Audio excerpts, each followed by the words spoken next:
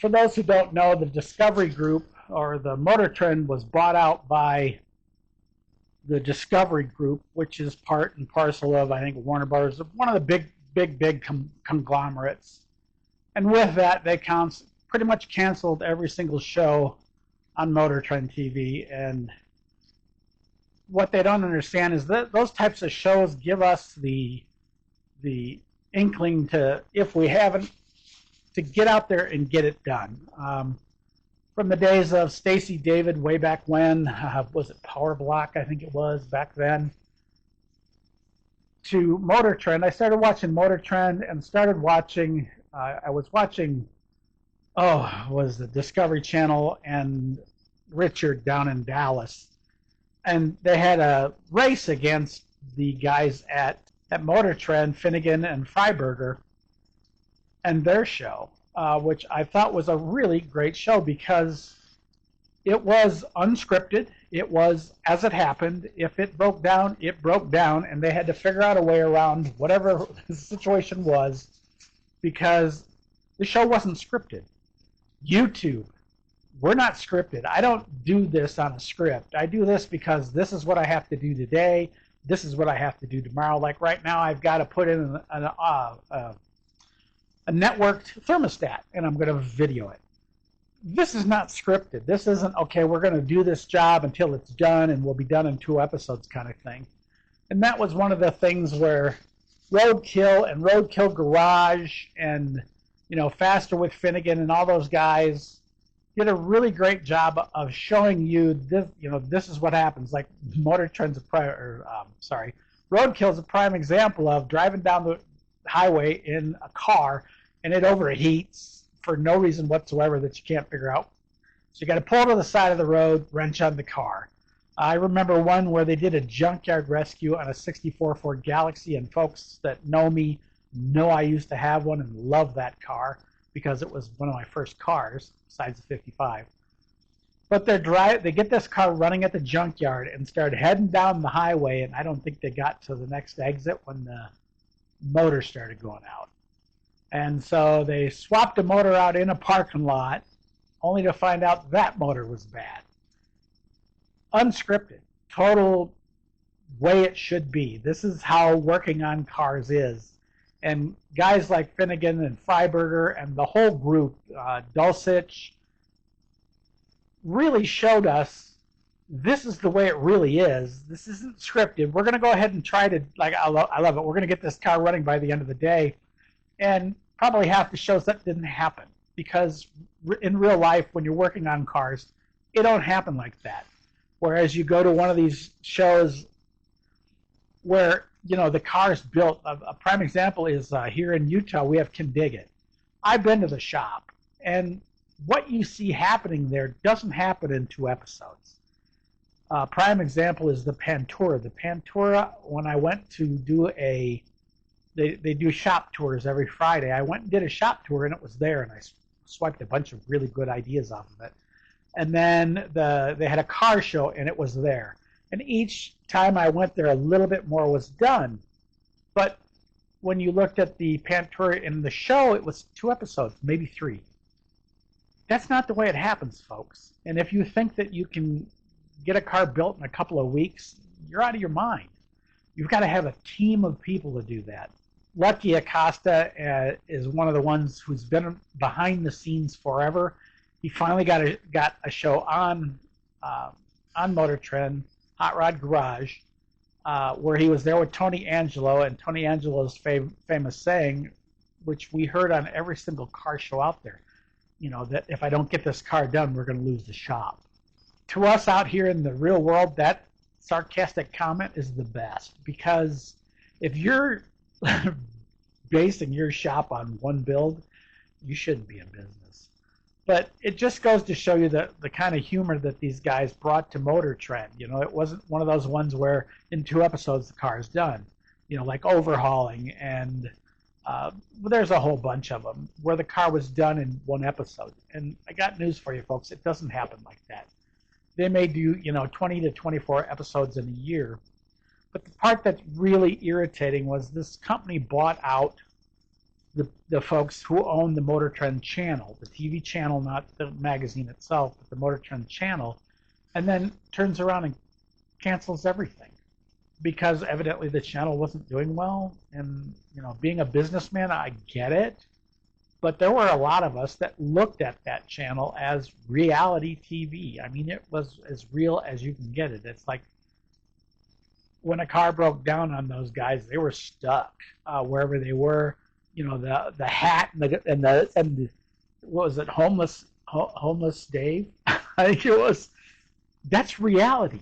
When you're out in the car and snow hits and you're in it and your heater don't work, you're out of luck. Hence the whole blanket and all that kind of thing. So it was a show that showed things the way they really were. And I'm glad that everybody has come over to the YouTube side of things to bring their stuff to YouTube to show people, yeah, this is how it really happens. I was watching the other day, Ian, I can't remember Ian's last name, but he had a show on Motortrend, and he really explained it the way it is that when he had the show, while he wasn't contracted by Motortrend to write the shows, it was sold to them as an episode, that he would be so tired because a lot of us, we have jobs. Like me, I go to a job Monday through Friday, half a day on Saturday, and that's kind of the way it is, and everything in the garage here happens after that time, and most of the time during the week, I'm too tired. I'll come out to the garage on a Saturday morning and sit here to relax for a little while because I'm just tired.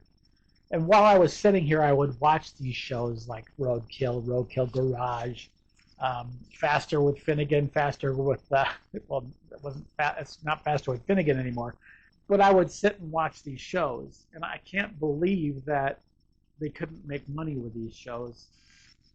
They probably couldn't make money because to people, reality is the car gets done in a week.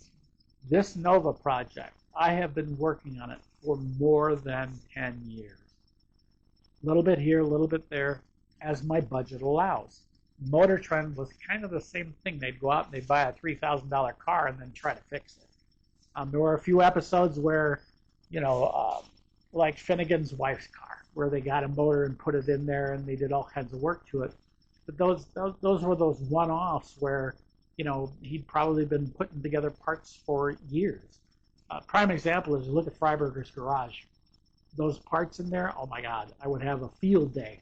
What to do next? But he's been doing it for over 30 years, so he's going to have a buildup of that stuff. Products that were tested that he just kept. But one of the things that's irritating the most is, it wasn't a reality show. Or let me rephrase that. It was a reality show. It wasn't scripted. It was like Ian was saying in his video, he would be so tired trying to shoot an episode that, he was just getting burned out. He was, his whole conception, as the rest of ours is we want to build cars. We want to do the work on the cars.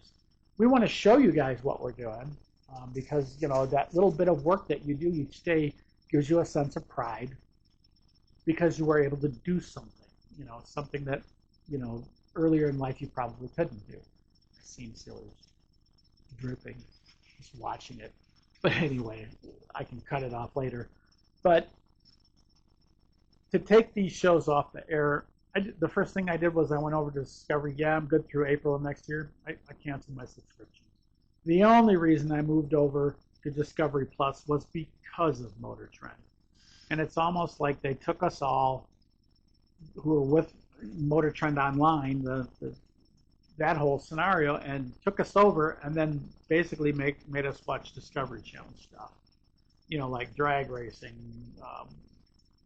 outlaws and all that stuff. And it's just not real.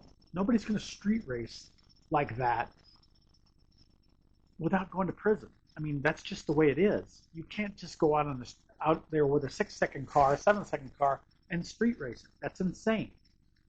Those are, those shows like that are staged, and they have to be because they know they can't just go out there and drag race on the street. Yes, are there scenes with them out on the street with a car? Yes, there are. And you see, usually what happens is those lights come on down the road, and they get a big fat ticket, or worst case, impounded. But as I'm seeing these things happen, Freiburger is really good at showing us where racetracks used to be. And the problem that I'm seeing now is racetracks that used to be are becoming more and more prevalent. We had one here in Salt Lake, and it's gone now. They lost the lease on the land and decided to build an inland port or something of that nature. So the street racers who could just spend the $20 and go there and race their car don't have a place for that outlet anymore. There's, they said when they were taking it down, oh yeah, we're going to build a new racetrack out here in Tooele where there's a big road race course, and still no drag strip. There is a drag strip way to the east somewhere. I've never been there. It's a long way. Just don't want to spend the day driving all the way out there. In Chicago it's one thing, but here it's a whole different. But what's happening is our culture is disappearing. Our racetracks are disappearing. Our car shows, they're disappearing because of one reason or another, most of it being profits for the company.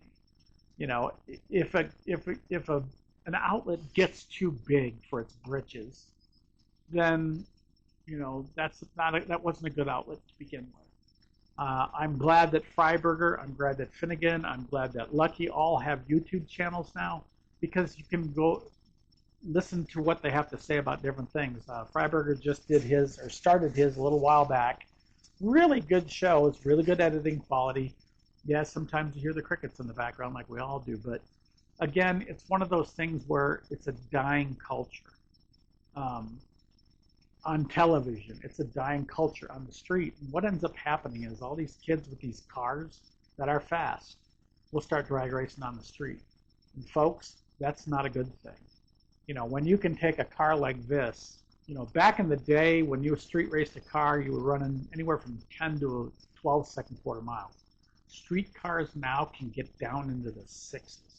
I'm talking hardcore drag car with lights, but still, back in my day, we had one guy who had a pro stock, and we put lights and seats and all that stuff in it, and it ran a 9 to 10 second quarter mile. And when you raced it on the street, or I should say when he raced it on the street, it probably wasn't a good thing. So, I just wanted to put my 2 cents in there and say, hey, my hat's off to these guys. Do subscribe to their channels. They do have some really good content. Most of the time. Sometimes they don't. If they don't, say something. If you want to see something or you want a question, just ask it. Same as my channel. I live on subscribers. The more subscribers I have, the more time my videos are viewed, the longer my videos are viewed, the better they do. So with that, I think I'll say that's about it. Any questions, comments, concerns, do me a favor. Drop a line, drop a comment, send me a message. If you want to see different content, if you want to know something about something that I did, ask.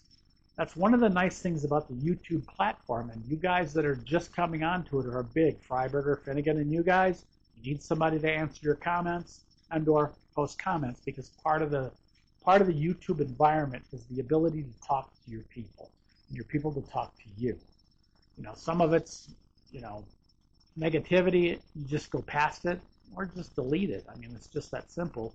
But do talk to your people. And for anybody that's subscribed to my channel, if you got a question, comment, concern, or just want to know something, ask the question. I look at every single comment on my page, no matter what it's for. And unfortunately, right now, most of my comments are about the big one down here on the floor, mainly because everybody's like really interested in dogs and cats.